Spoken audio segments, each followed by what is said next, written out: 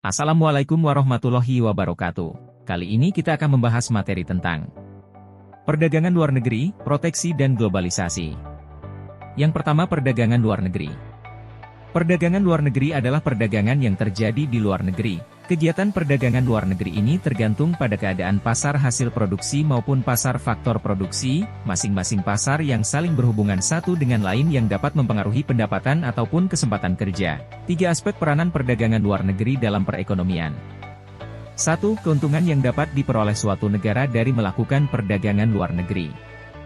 2. Kebijakan membatasi perdagangan dan proteksi dalam perdagangan luar negeri. 3. Mengenai globalisasi. Menurut Nopirin, PhD, untuk suatu barang tertentu faktor selera dapat memegang peranan penting. 1. Misalnya, mobil, rokok, pakaian.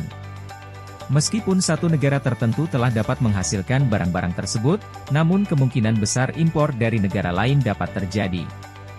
2. Hal ini dikarenakan faktor selera, di mana penduduk negara tersebut lebih menyukai barang-barang buatan negara lain. Keuntungan melakukan perdagangan. 1. Pandangan para ahli ekonomi, mazhab di masa merkantalisme.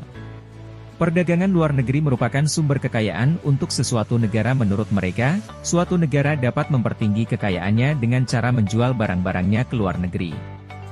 2. Pandangan ahli-ahli ekonomi klasik. Mengemukakan pandangan-pandangan yang lebih logis untuk menerangkan perlunya perdagangan luar negeri dalam mengembangkan suatu perekonomian.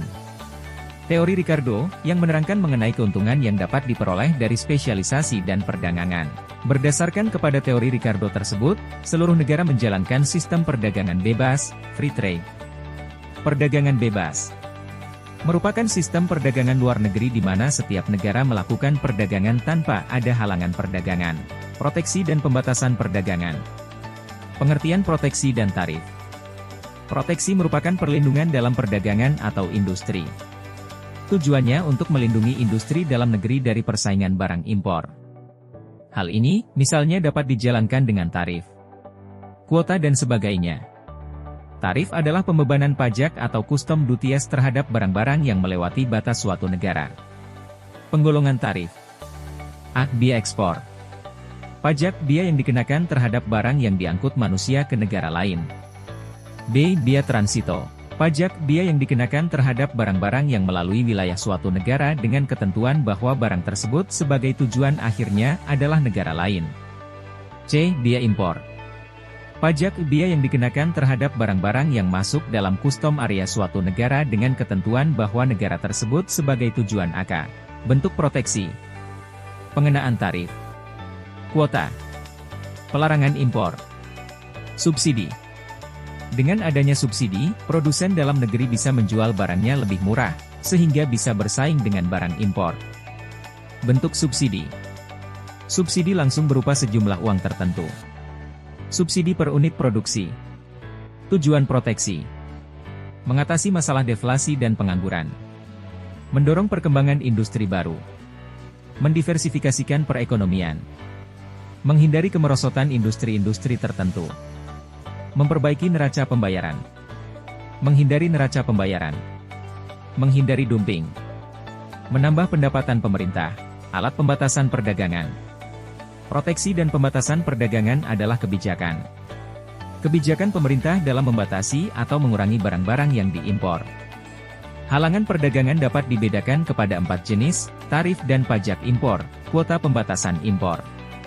Hambatan perdagangan bukan tarif dan pembatasan penggunaan valuta asing. Globalisasi dan pertumbuhan ekonomi. Definisi globalisasi adalah satu konsep yang sering dinyatakan orang pada masa ini, tetapi yang menyatakan dan membahasnya mempunyai pengertian yang berbeda mengenai konsep tersebut.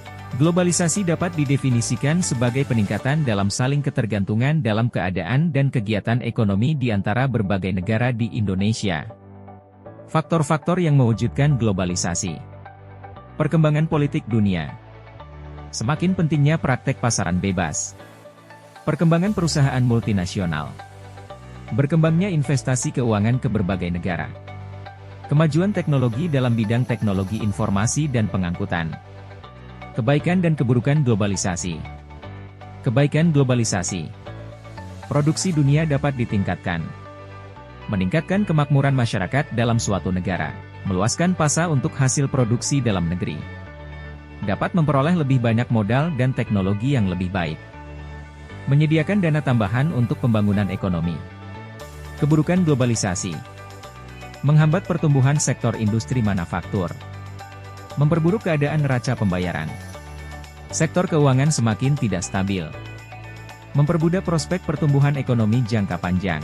Demikian materi yang dapat disampaikan, semoga bermanfaat. Saya akhiri, wassalamualaikum warahmatullahi wabarakatuh.